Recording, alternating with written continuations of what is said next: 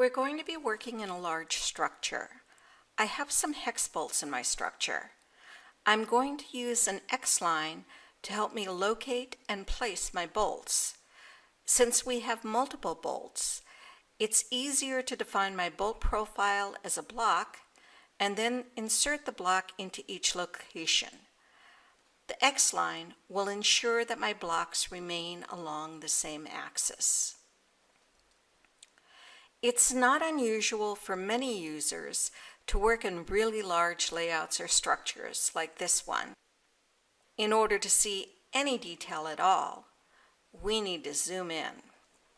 I want to replace the existing bolt head geometry with a block to better organize my drawing.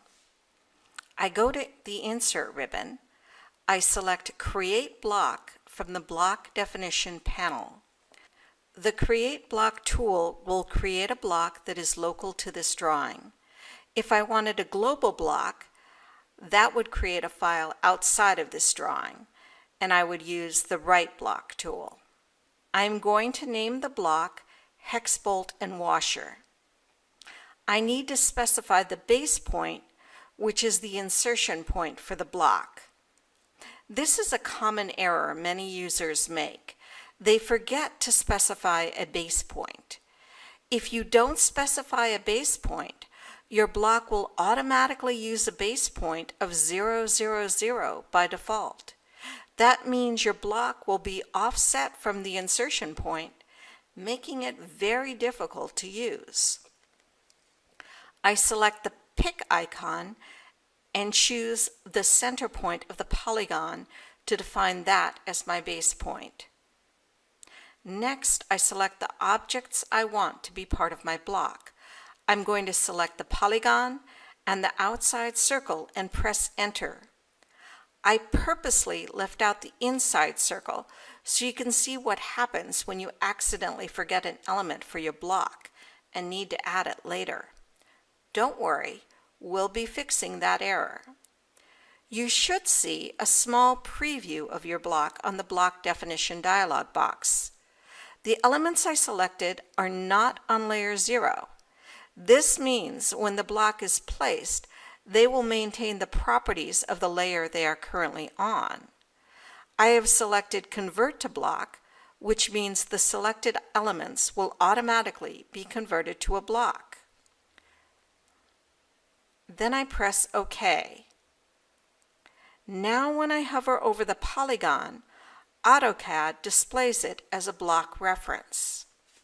I realize that my block is incorrect and I need to add in that missing circle.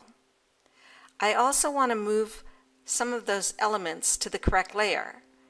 I select the block, right-click, and select Edit Block in Place.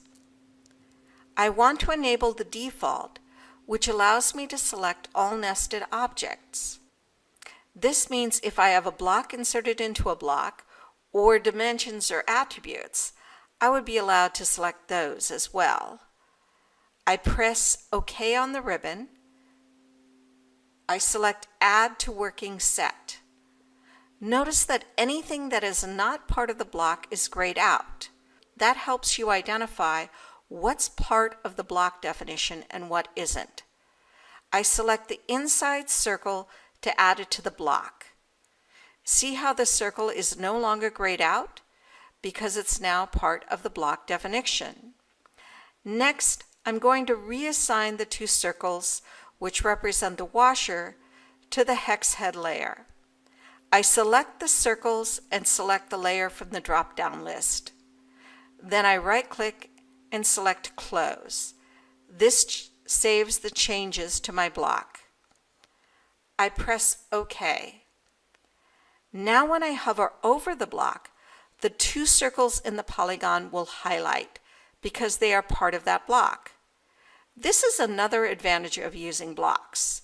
If you make a change to a block and you have several instances of that block in your drawing, they will automatically update once you save the changes.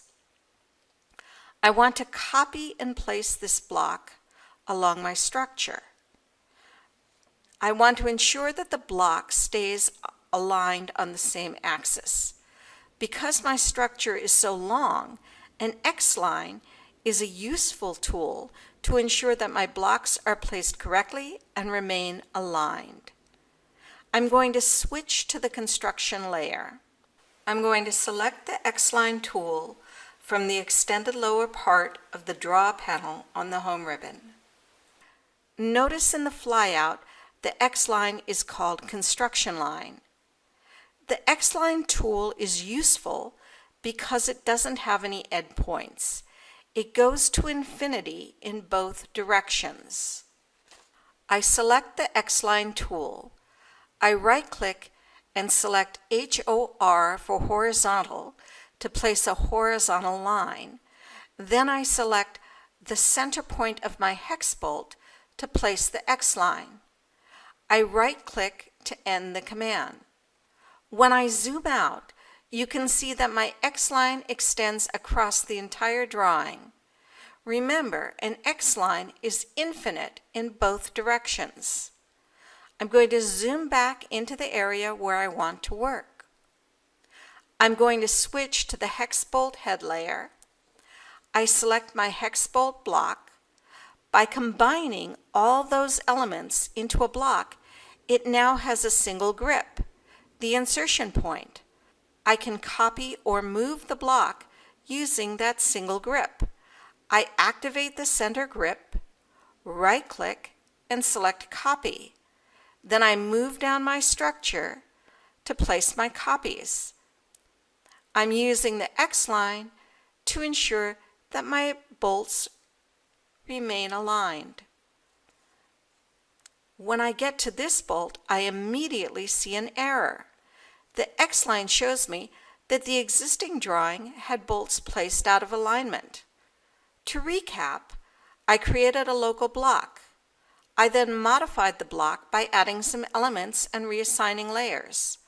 I then placed an X-line to help me locate additional bolts. I used the hot grip on the block to place multiple copies to different locations. The X-line was useful because it ensured that any bolts I placed were located correctly in my structure.